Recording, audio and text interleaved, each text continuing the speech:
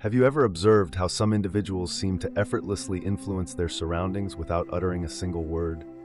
They don't shout or plead, they simply step back, and suddenly everything changes. The atmosphere shifts and people begin to react, to chase, to feel.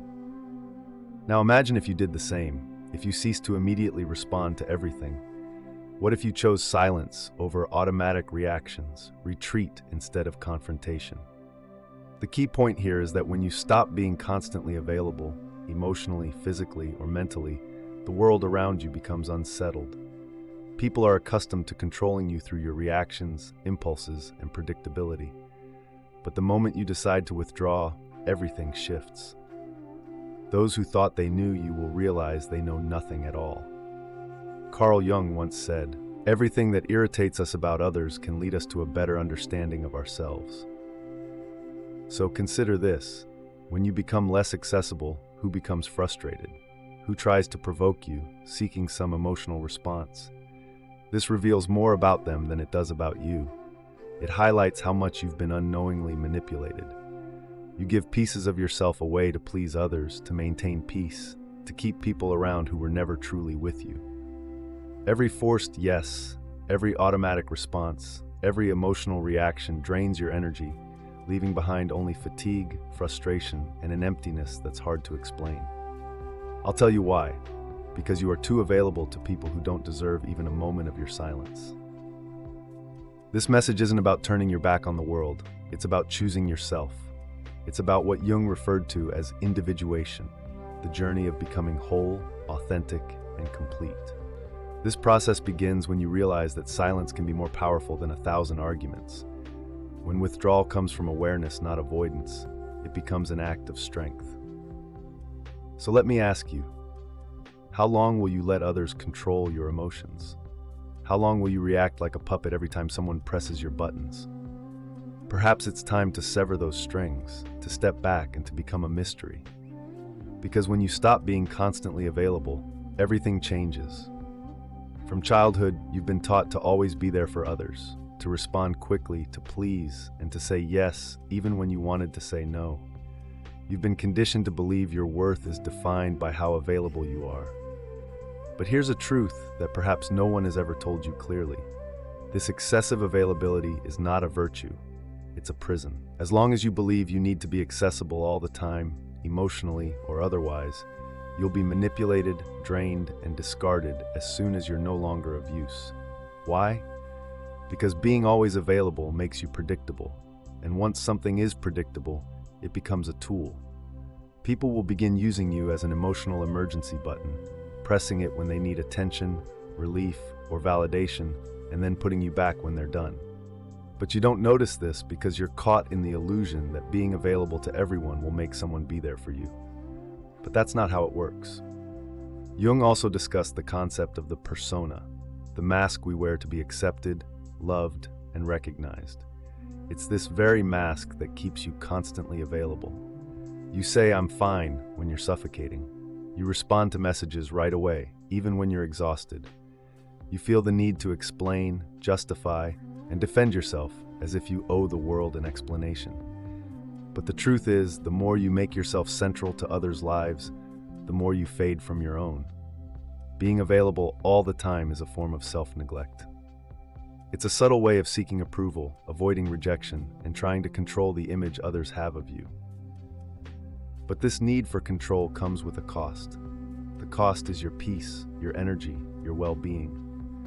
The people who demand you to be available all the time don't actually want you. They want what you provide: validation, attention, and reassurance. When you start to change, set boundaries, and stop reacting in the way people expect, those around you often get upset. They may accuse you of being strange or distant. But the truth is, it's not because you've changed. It's because you've stopped being useful to them.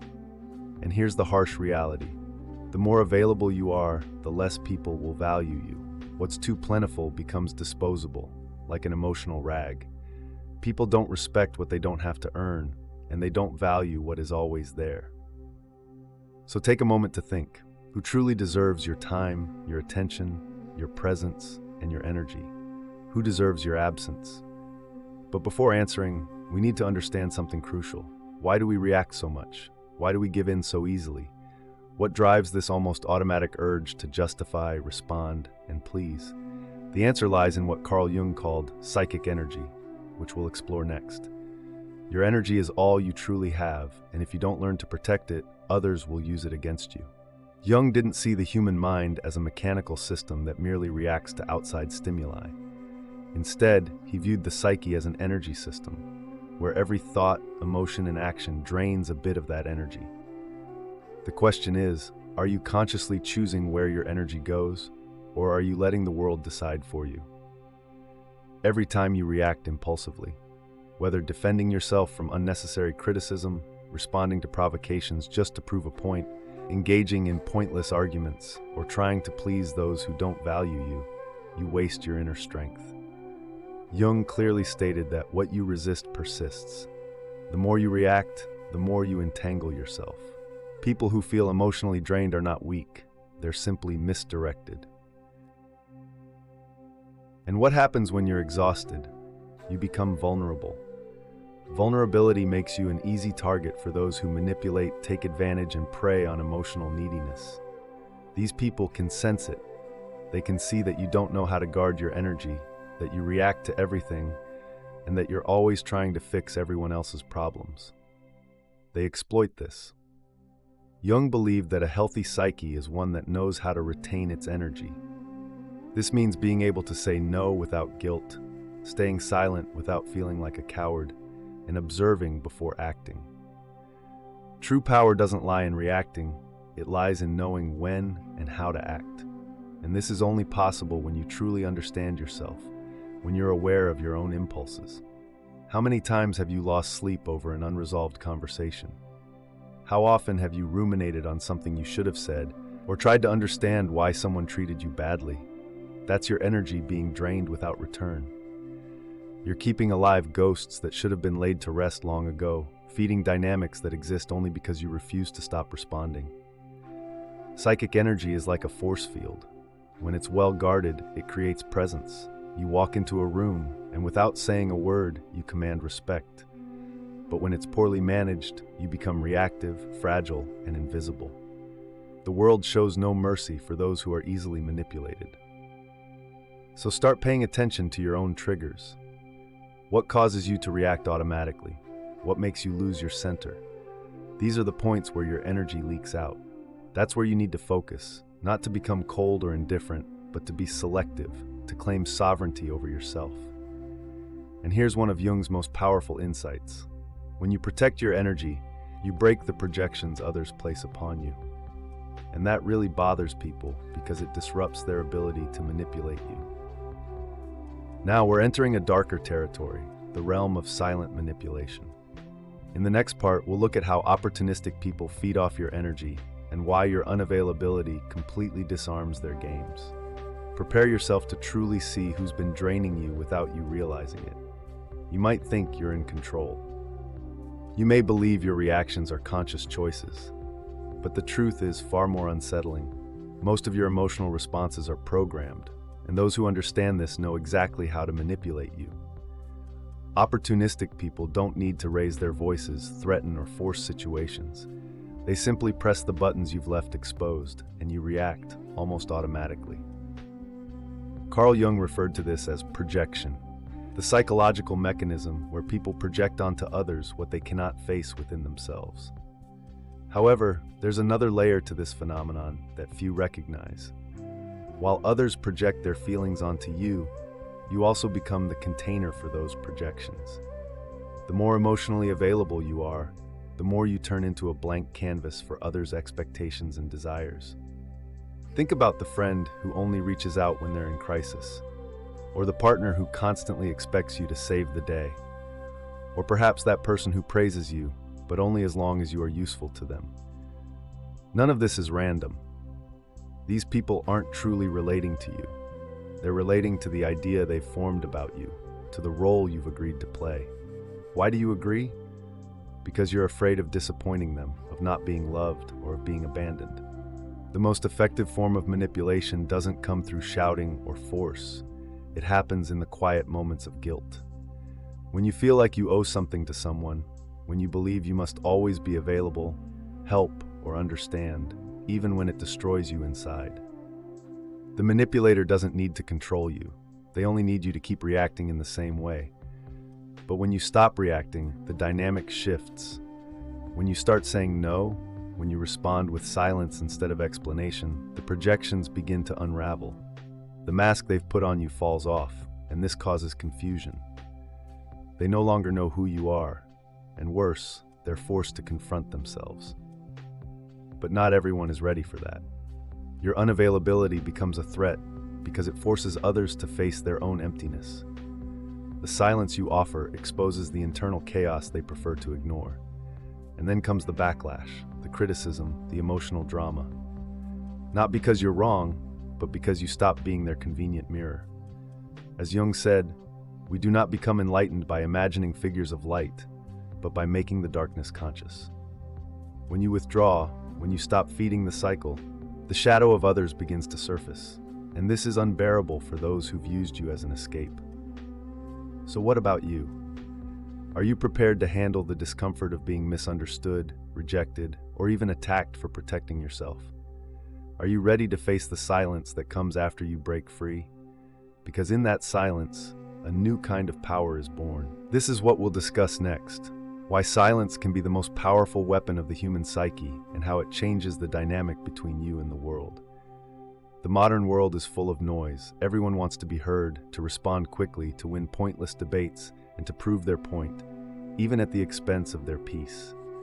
But there is a power that few understand, and even fewer master, the power of silence. Not the silence of passivity or fear, but a conscious, strategic, and fiercely clear silence. This is not an absence, but an amplified presence. Jung saw silence not as a void, but as fertile ground for inner transformation. When you stop reacting, you begin to observe, and through observation, you start to notice patterns that were previously hidden, emotional repetitions, manipulation games, cycles of self-sabotage. Silence brings clarity, and clarity is dangerous to those who rely on controlling you. Have you noticed how some people panic when you don't respond, when you don't explain yourself, when you simply disappear? It's not because they miss you, it's because your silence takes away their control over the narrative. When you speak, you're still playing their game, but when you remain silent, you change the rules, and this throws off anyone who thrives on your reactions. True silence isn't the absence of a voice, it's mastery over your own energy. It's the decision not to be dragged into someone else's emotional turmoil. It's the conscious choice not to engage in battles that aren't worth your energy. Jung argued that individuation, the process of becoming your true self, requires this kind of distancing. Only in silence can you truly listen to yourself, free from the interference of the world around you. But don't be fooled. Silence comes at a cost. It will distance you from those who only valued you for the role you played. It will make you seem distant, even cold, to those who only saw you through the lens of their own projections. All of this is simply a reaction from those who never wanted to engage with your depth, but only with your usefulness. Here's the hard truth. As you mature, you become more selective with your words. You realize that every word is an investment of your energy, and not everyone deserves access to your truth. Sometimes, silence isn't withdrawal, it's sovereignty. It's the language of those who no longer feel the need to prove anything to anyone. Silence is uncomfortable because it forces others to face their own thoughts and internal noise. This discomfort reveals far more about them than any argument of yours could. You don't need to explain your absence, it speaks for itself. Those who feel threatened by your absence are simply revealing how much they relied on your imbalance to maintain their own control. But the most powerful silence isn't the one that disturbs others, it's the one that rebuilds you from within. This silence connects you to something beyond the need for external approval. It's in this internal space, free from others' demands, that you begin to reclaim your energy and reconnect with your essence. This is exactly what we'll explore in the next part: how to consciously use your energy, to decide where it goes, where it should stay, and most importantly, where it should never be wasted. It's time to learn to be selective with your soul. If you're in the process of reclaiming your energy and setting boundaries, you'll find real value in my book, Beyond the Shadow. It breaks down Jung's most important ideas and offers practical tools to protect your energy, set boundaries, and reconnect with your true self. The link is in the pinned comment. But understanding all of this intellectually is not enough. If you continue saying yes when you mean no, responding to messages that drain you, participating in empty conversations, and maintaining relationships that only persist out of inertia, it's just another form of self-deception. True transformation begins when you firmly decide to become selective, and that requires emotional discipline. Conscious unavailability isn't about being cold, arrogant, or indifferent. It's about not being accessible to anyone at any time for any reason. It's about taking control of your time, your peace, and your energy. This starts with small actions, like not responding immediately, breathing before reacting, leaving a discussion before getting dragged into chaos, turning off your phone without guilt, saying, "Not today, I'm not interested," or "I won't get involved." But here's the most crucial part. You don't need to justify your absence. You don't need to explain your silence. You owe nothing to anyone but yourself, and for many, this is unforgivable. When you refuse to explain yourself, you take away the other person's power to keep you trapped in an emotional narrative where you're always the helpful, understanding, and accessible one. Carl Jung understood that every individuation process requires a form of isolation. Not a depressive isolation, but a sacred one, where you retreat inwardly to reconnect with your own voice, free from the world's interference. It's a time to rebuild your identity, not based on the gaze of others, but from your own center. Want to know a good measure of your evolution? Observe who begins to distance themselves when you become more reserved. Watch who tries to provoke you when you stop reacting. Notice who accuses you of changing when you finally start protecting yourself. These aren't signs that you're wrong, they're proof that you've begun to free yourself. At first, being unavailable will feel uncomfortable. You'll feel guilty. You may think you're being selfish or that you're being too harsh. But this discomfort is part of the process of deconstructing the old version of yourself. You've spent your life being conditioned to put others first, so it's natural for change to feel uncomfortable, not just for you, but for everyone who benefited from your old self. Conscious unavailability is the foundation of self-determination. When you say no to the world, you're finally saying yes to yourself. When you withdraw from a toxic environment, you are reaffirming that your peace is worth more than any false connection. When you stop explaining yourself, you begin to be respected, even if it's by just a few. But not everyone is ready for this type of presence. Your emotional absence will expose wounds they don't want to face. It will reveal how much they relied on your emotional chaos to feel in control. And this is when the rupture happens. With the rupture comes the pain, the loneliness, the estrangement, and the feeling that you are losing something. But in reality, you are simply freeing yourself. So what comes after that? What follows the distancing? What is born from the silence? In the last part, we will explore this, the rebirth that only occurs when you have the courage to be misunderstood, to be alone, and to become whole on your own. It's time to understand why the loneliness of the strong is the path to true freedom. When you stop being available to everyone, something profound begins to happen. First, the silence comes, an uncomfortable silence that screams inside of you. You'll wonder if you did the right thing, if you're being too harsh, if you're losing people who liked you. But gradually, this silence transforms. It begins to cleanse, to calm, to heal. Then comes solitude, but not the solitude of absence. It's the solitude of total presence, your own. The solitude of the strong, the solitude of one who no longer betrays themselves to keep others close. And in that space where there was once confusion, clarity enters. Where there was once anxiety, peace enters.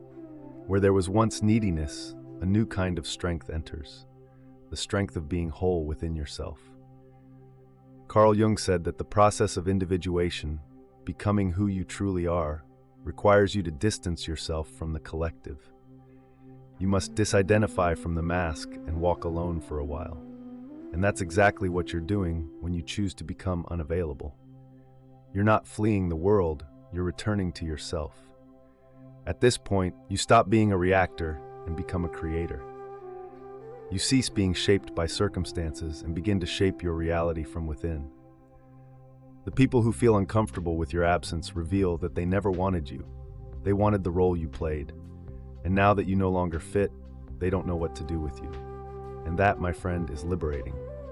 You will lose people, but you will find yourself. You will distance yourself from places, but you will reconnect with your essence. You will become misunderstood, but finally, you will begin to be respected. Because when you're no longer available for everything, you become valuable, rare, unforgettable. Don't be fooled. This is a rebirth, a new beginning. The start of a life where you are no longer available for emotional crumbs, for mind games, or for voids disguised as affection. Now you only accept what resonates with your peace, with your truth, with your wholeness. If you've made it this far, a part of you is already ready for this new path. A part of you has already understood that being loved means nothing if, for that love, you have to abandon yourself. True self-love begins when you choose yourself, even if it costs you to be alone for a while. Now, tell me in the comments, are you ready to be misunderstood, rejected, or even hated in the name of your inner freedom? Are you willing to pay the price of being you? If this message touched you, if it made sense, write in the comments, I choose my peace. Let's see how many of you are ready for this transition. And don't forget, keep watching the next video. It's important, much more than you can imagine. See you there.